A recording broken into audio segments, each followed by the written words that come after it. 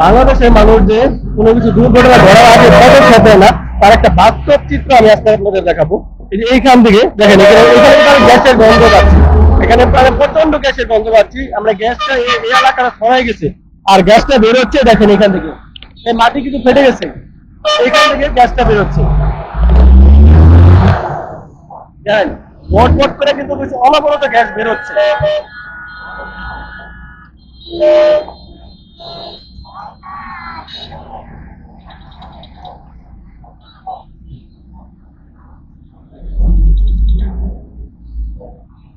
দেখেন গ্যাস বের হচ্ছে, গ্যাসের কারণে, গ্যাসের চাপের কারণে কিন্তু এই রুটটা কিন্তু ফেটে গেছে টোটালি। আজকে 5 দিন যাবত, আচ্ছা কয়দিন যাবত এখানে হচ্ছে, হ্যাঁ আজকে 4 দিন যাবত এইখানে কিন্তু অনবরত গ্যাস বেরোচ্ছে। সেই গ্যাস কিন্তু এখানে গ্যাসের গন্ধটা আমরা পাচ্ছি। আজকে 5 দিন যাবত গ্যাস বেরোচ্ছে। এইখানে যদি কোনো প্রকার আগুনের কোনো স্পর্শ পায়, এখানে কিন্তু ফায়ার করবে, বা এই এলাকা কেউ যদি একটা সিগারেট কিছু ফালায়, সেক্ষেত্রেও কিন্তু এটা আগুনে এই এলাকা কিন্তু ছড়াই যাবে, এমনকি বড় ধরনের একটা দুর্ঘটনা ঘটার কিন্তু সম্ভাবনা একটা আছে। ইতিপূর্বে অনেকগুলো দুর্ঘটনা আমরা দেখেছি, অনেকগুলো দুর্ঘটনা হয়েছে, কিন্তু আজকে 5 দিন যাবত 4 দিন যাবত এই ঘটনা ঘটছে। এখন পর্যন্ত কোনো প্রকার পদক্ষেপ এই পর্যন্ত কিন্তু এই গ্যাস কর্তৃপক্ষ কিন্তু এখন পর্যন্ত নেয় নাই। এটা আসলে আমাদের জন্য খুবই দুর্ভাগ্য, কারণ আজকে 5 দিন যাবত এই ধরনের ঘটনা ঘটছে এখানে।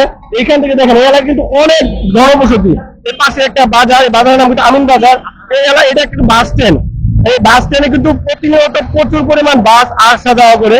তো এইখানে যদি কোনো ধরনের দুর্ঘটনা ঘটে, সেই ক্ষেত্রে কিন্তু এই এলাকায় বা এই বাস স্ট্যান্ডে কিন্তু অনেক মানুষের ক্ষতি হবে, অনেক যানবাহনের ক্ষতি হবে।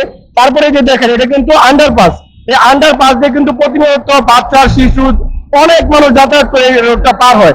এইখানে যদি কোনো ধরনের দুর্ঘটনা ঘটে, সেক্ষেত্রে এই মানুষগুলো কিন্তু ক্ষতিগ্রস্ত হবে। যে পাশে দেখেন একটা কয়েকটা দোকান আছে, সেখানে কিন্তু কিছু বিক্রি করছে, আর এইখানে কিন্তু গ্যাসের গন্ধটা পাওয়া যায়।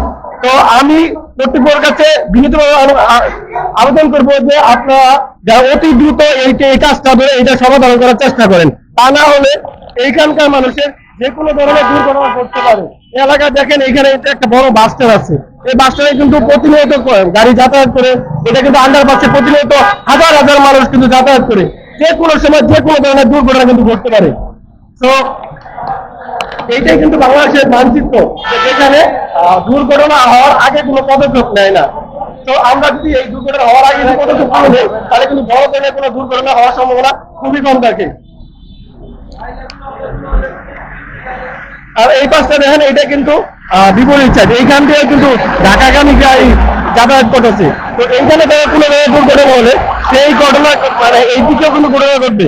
তো এইটা দেখেন, এটা কিন্তু বড় ধরনের একটা দুর্ঘটনা ঘটার সম্ভাবনা অনেকটা আছে।